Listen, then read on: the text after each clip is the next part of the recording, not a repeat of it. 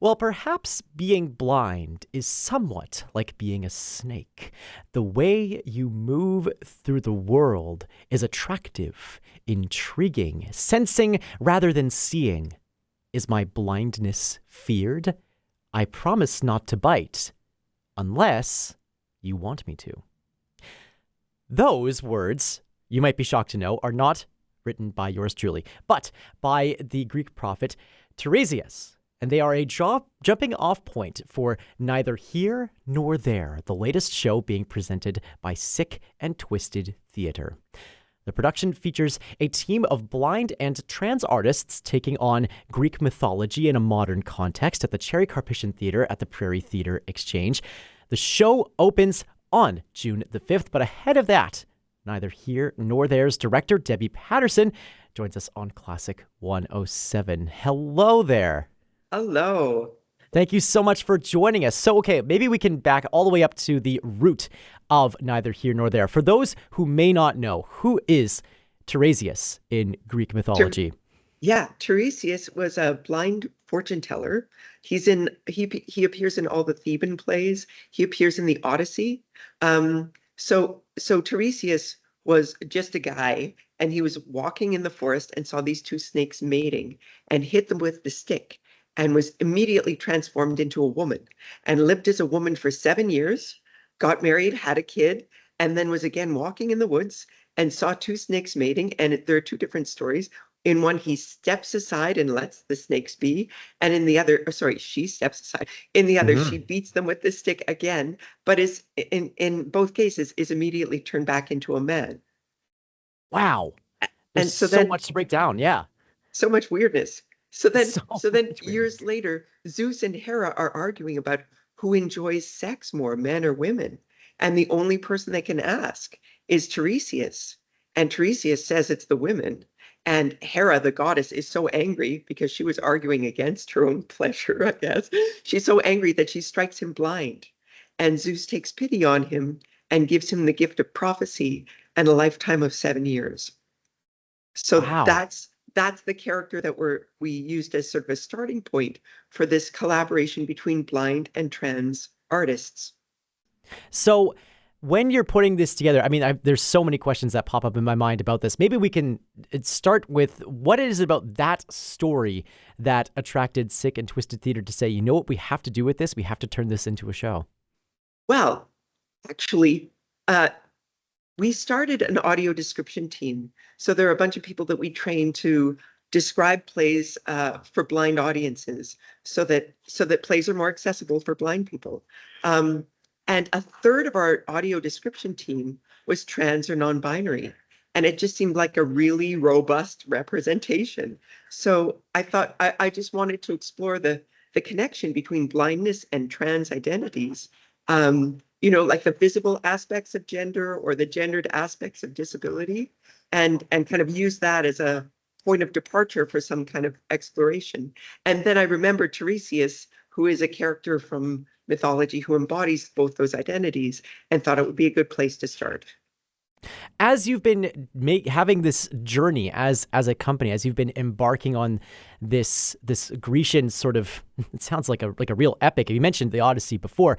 Yeah. I'm wondering what sorts of things have you discovered about the similarities between the trans experience and the blind experience in the room that maybe you were like, wow, I never would have thought about that if I had just read the story of Tiresias.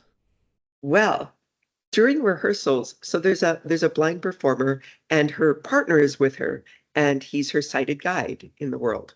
And so they were in rehearsal, and here at Prairie Theater Exchange, all the washrooms are gender neutral washrooms. And we crossed paths going in and out of the washroom, and he was guiding her to the washroom stall.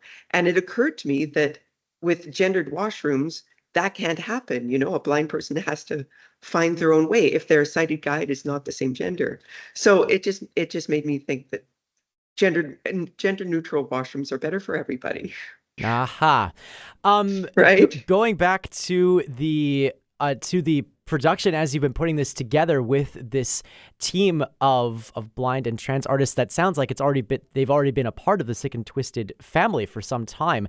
What can audiences then expect from the show that you've put together? Yeah. So it's a wild ride. I'm calling it a crip queer fable for the end of the world.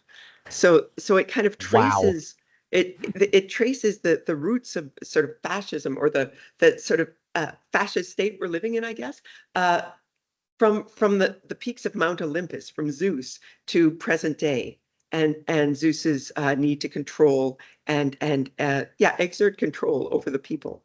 So it kind of explores that in a way, with these two Tiresiases, one in ancient times dealing with Zeus, who is her bad boss, and then one in modern times who's a trend forecaster, and her boss is also quite fascistic and unreasonable. So they both have these bad boss narratives going on in their lives, and they intersect. They find a way to meet through time.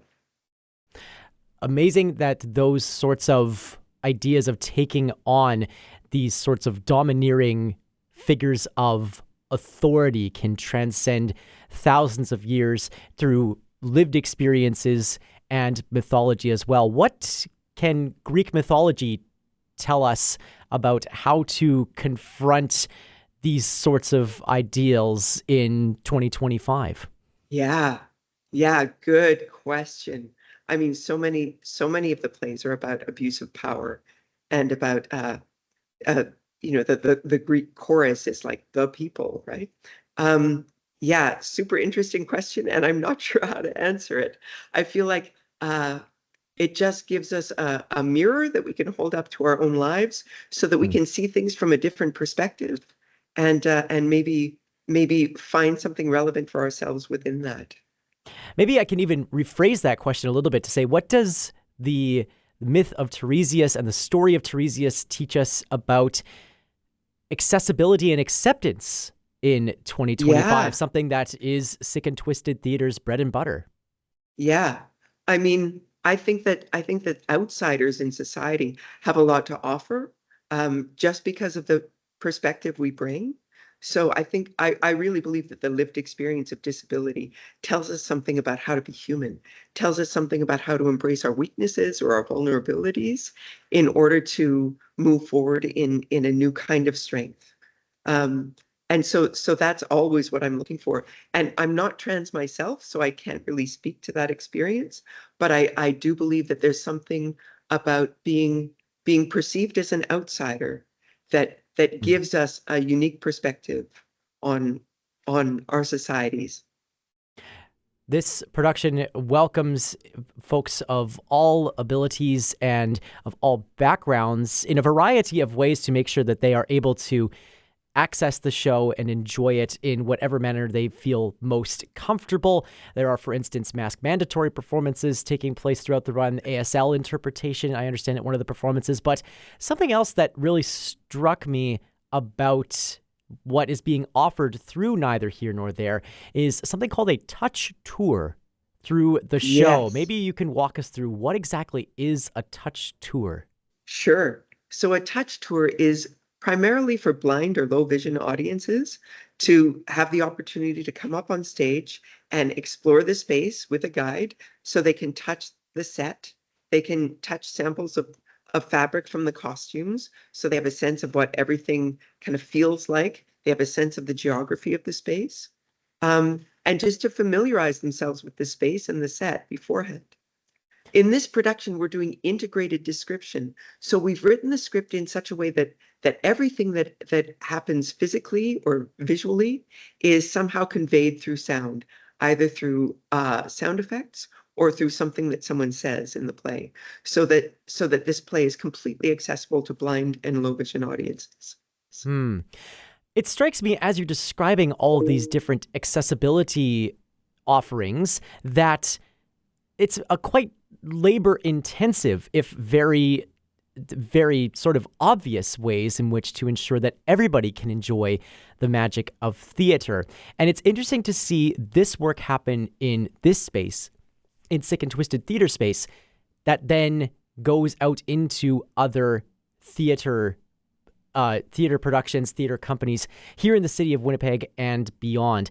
When you're putting together a work like this with artists who might not otherwise have the same sort of opportunities to perform in other avenues, is that work difficult, or is it joyful, or is it a mix of the two? In other words, like, this is shouldering a lot of burden to make sure that people can appreciate the theater. Is that a joyful experience or a really difficult one to sort of blaze that trail, if you will?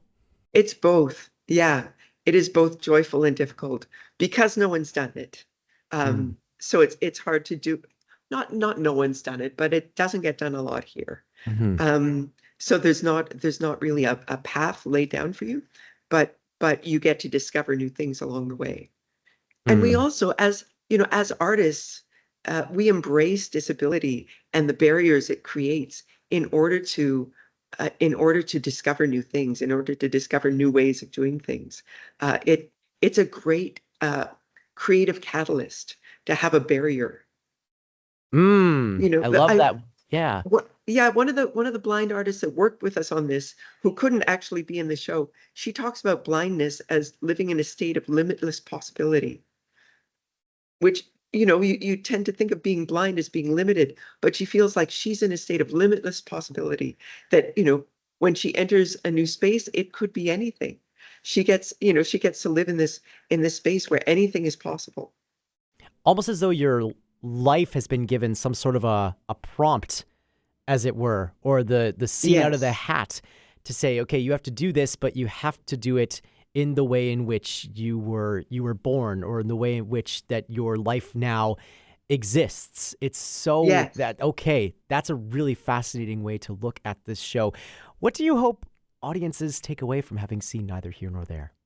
Well, I hope we make space for people who don't normally feel comfortable in the theater. Um, I hope people have a laugh, have a cry, uh, all the feels. It is a very funny show, uh, and very moving. Um, and I hope people feel connected to each other, feel connected to each other in the audience, feel a little less alone. Neither Here Nor There runs from June the 5th to 15th at 7:30 p.m., 3 p.m. on Sundays at the Cherry Carpathian Theatre at Prairie Theatre Exchange. Mask mandatory performances are taking place on June 10th and June 15th. ASL interpretation is being offered on Friday, June the 13th. More information and tickets are available at sickandtwisted.ca. We'll have information later on this morning at classic107.com and the Classic 107 app. Debbie Patterson, director of Neither Here Nor There, thank you so much for joining us here on Classic 107 to tell us more, and all the best for the run. Thanks so much, Nolan.